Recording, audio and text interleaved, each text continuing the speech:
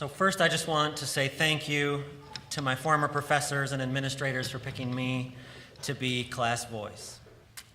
I'm honored that you chose me to represent the first graduating class of the Master of Arts in Clinical Counseling program, or as we like to call it, the MAC. So I'm excited and nervous to speak to a bunch of people graduating who will lead their churches or be in leadership positions in their churches. My classmates, fortunately or unfortunately, know that I don't have a problem speaking in front of others. But they do know my faith and I have always had an undulating relationship.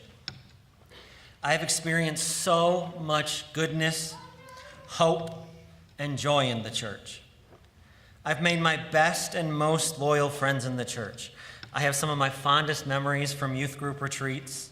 I've sat out under the stars until 3 a.m. with my Bible study group. I've traveled the country and other countries on mission trips. I fell in love for the first time with a girl I met in youth group. Thanks for that. I mean, shoot, I even toilet papered my first house with my Bible study group. Don't worry, I was one of the leaders of the Bible study. He totally deserved it. I have also experienced great sorrow from the church. Just this past week, I was in session with my personal counselor, and she asked me about my spiritual self-care. I could barely answer the question through my tears because it brings back so much for me. I have seen and heard many shocking things. I've heard pastors say people's depression will go away if they'll just confess their sins. I've seen pastors encourage people to get off their depression medication, but I would never hear them say that to a diabetic. I've seen churches stop supporting homeless foster kids because they didn't agree with the theology of a board member. I've heard pastors purport that racism, sexism, and classism were biblical ideas. I've seen pastors ignore the partner of LGBT members of their congregation. I've heard pastors and congregants tell 5-year-olds marching in a gay pride parade that they're going to burn in hell forever. I've heard people speak of the irreparable damage that faith has done to their self-image, sexuality, and ability to love others. Philip Yancey captures this well by stating, "Christ bears the wounds of the church, his body, just as he bore the wounds of the crucifixion. Sometimes I wonder which have hurt worse." Pastors, church leaders, and counselors, you sit in seats of power. Your words matter. People will listen to you above their own intellect, instinct, and own family members. Philip Yancey continues by saying, "Power, no matter how well-intentioned, tends to cause suffering. Love, being vulnerable, absorbs it. In a point of convergence on a hill called Calvary, God renounced one for the sake of the other."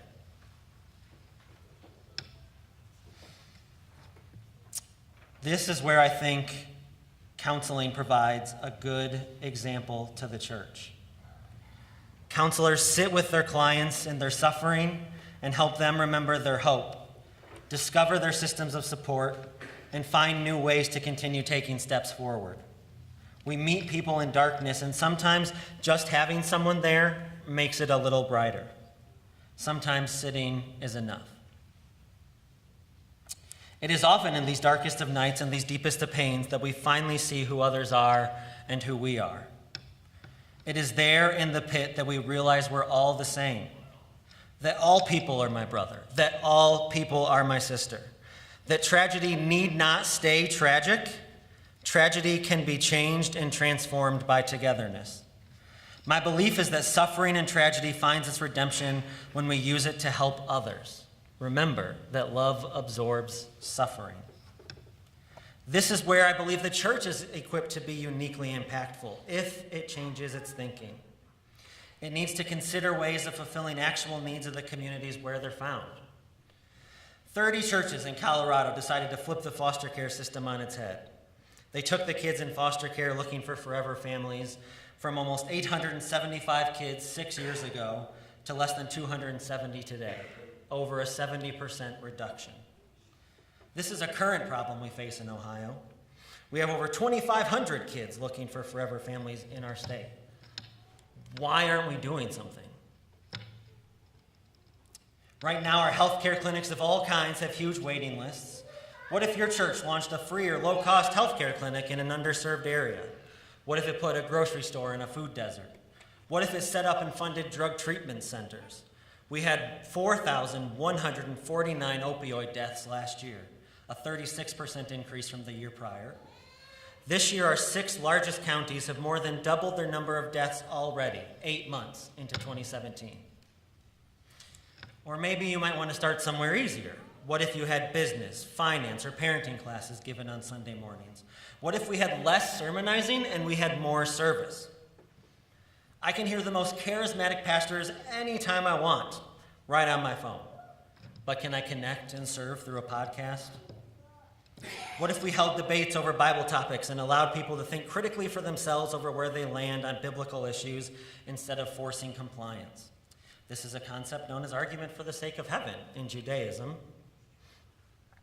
What if we developed businesses that hired developmentally disabled or specialized in helping felons reintegrate? What if we had programs dedicating to helping people discover what they love, or programs to help people recharge because they're exhausted? What if we had programs that shared the wisdom of the most senior members of our congregation or helped take care of them, rather than shoving them off into nursing homes, relegating them to minor jobs and to second-class citizenry? Use these or don't, but churches are positioned to extend the influence and creativity of their members through the use of these ideas. For some reason, churches would rather offer funny sermon titles like Christian Smoothies, the 10 Recipes to Unlock the Fruit of the Spirit, or Harry Potiphar and the Wife with Her Secret. Give me the community connection that I so yearn for. I've often felt more connected at bars, raves, parties, and clubs than I do when I walk into churches. I know why Jesus hung out with the sinners rather than saints. It's not because they had more fun. It's because they were real, vulnerable people who didn't pretend like they were perfect. Probably at dinner, they laughed at crude jokes, drank a little too much, shared words of affirmation freely, and cried about their struggles. I have encountered God and had glimpses of him much more freely at these venues than I do on Sunday mornings. When I'm at these events, people inevitably just start chatting me up, and 10 minutes later, we're talking about how they've been shaped by their childhood experience or how this recent family schism has broken their heart. I tell you, there are so many people on the fringes of the church just waiting for one place where the people who have figured it out won't look down on them. We see the same dynamic play out over and over again in the Bible. These tragic things happen, or controversial topics are brought up, or hated groups of people show up. And the apostles are over here arguing like, yo, Jesus, are you sure women should be treated like, not like property? Wait, these Gentiles need to be circumcised before they can be in the worship band, right? Oh, speaking of new church regulations and hierarchies, I am the most important senior ranking apostle, right? I mean, like my name literally means the rock.